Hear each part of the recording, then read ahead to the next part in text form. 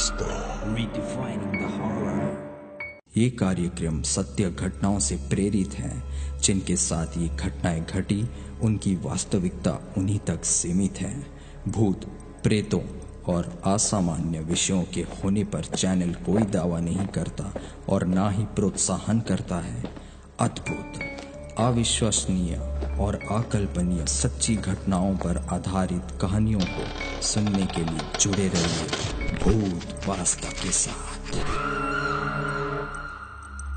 दोस्तों, आप सभी का फिर से स्वागत है भूत पास्ता में।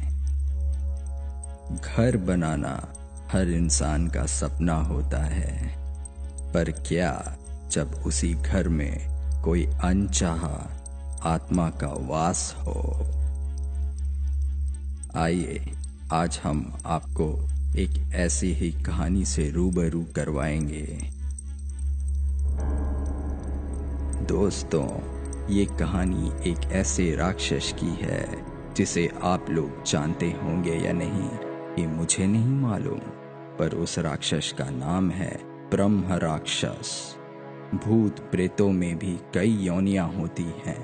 उनके नाम होते हैं जैसे कि भूत प्रेत, पिशाच, राक्षस, डायन, चुड़ैल आदि बहुत से नाम होते हैं। तो दोस्तों, मैं आपका समय बर्बाद ना करते हुए सीधा कहानी पर आता हूँ। हमारे गांव में एक ब्राह्मण रहते हैं जिनका नाम है किशन लाल। लोग उन्हें शर्मा जी कहकर बुलाते हैं। उनके घर से कुछ दूर खेत था और खेत पर एक बहुत बड़ा पीपल का पेड़ खड़ा था। वो पीपल बहुत पुराना था। कुछ समय बाद उन्होंने उस खेत पर घर बनवाने की सोची। उन्होंने उस पीपल की पेड़ को कटवाकर अपना घर बना लिया। कुछ दिन तो ठीक ठाक चला, पर कुछ दिन बाद शर्मा जी बड़े परेशान रहने लगे। वो कभी पूजा करते थे तो कभी नहीं करते थे। उनकी बीवी ने उनके बदले स्वभाव को देखकर उनसे पूछा, तुम पूजा भी नहीं करते आजकल, बदले बदले से रहते हो, कभी बच्चों को डांटते रहते हो, तुम्हें हुआ क्या है? पंडित जी के चेहरे पर एक मुस्कान आई और वो कहने लगे, मेरे घर को तोड़कर अपना घर तो बना लिया है और इसे क्या पूजा करने की कह रही हो? सब कुछ मैं ही हूँ भगवान।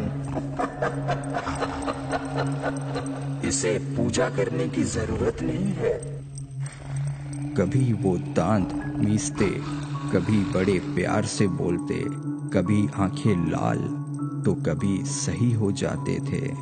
उनकी बीवी को शक हो गया कि जरूर किसी भूत प्रेत का साया है और वो बातें ऐसे करते थे जैसे कि वो दो लोग हों। तब पंडितानी ने उनको बिठाकर आसन के मुद्रा में हनुमान चालीसा पढ़ने लगी।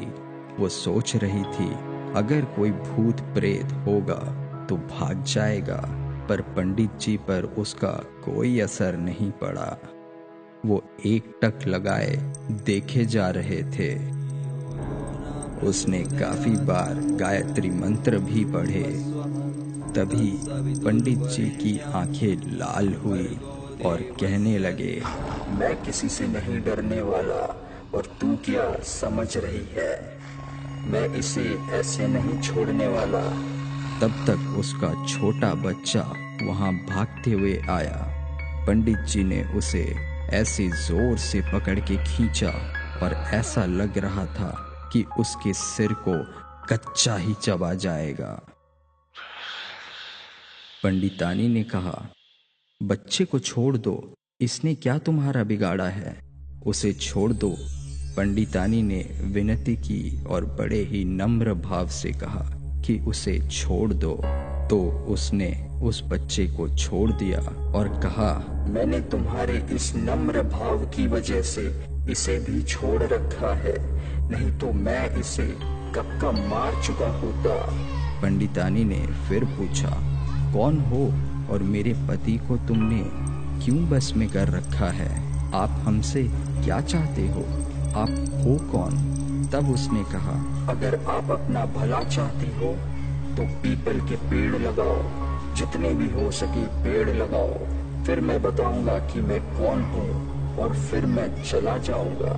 तब पंडित जी की बीवी ने 101 पेड़ पीपल के लगाए। एक दिन उसकी पत्नी ने देखा कि आज पंडित जी सुबह उठकर पूजा पाठ कर रहे थे। तब पंडितानी से पंडित जी बोले, मैं तुम्हारा पति को आज छोड़ के जा रहा हूँ। तुम सदा सुखी रहो। तुम्हारे आचार विचार बहुत अच्छे हैं। मैं ब्रह्म राक्षस हूँ। वैसे मैं किसी को नहीं छोड़ता और ना ही किसी से डरता हूँ। मैं ब्रह्म राक्षस हूँ, ब्रह्म राक्षस।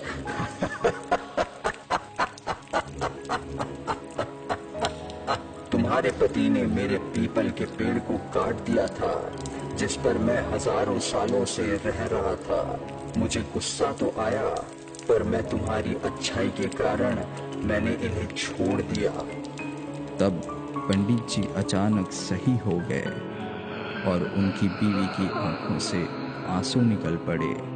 तो दोस्तों, अगर बुरे के साथ अच्छा करोगे तो वो भी अच्छा हो जाता है।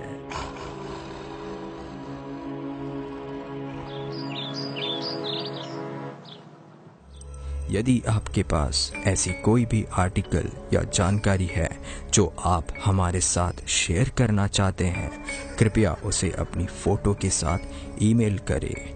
हमारा आईडी है bhootpasta@gmail.com। पसंद आने पर हम उसे आपके नाम और फ़ोटो के साथ यहाँ पब्लिश करेंगे।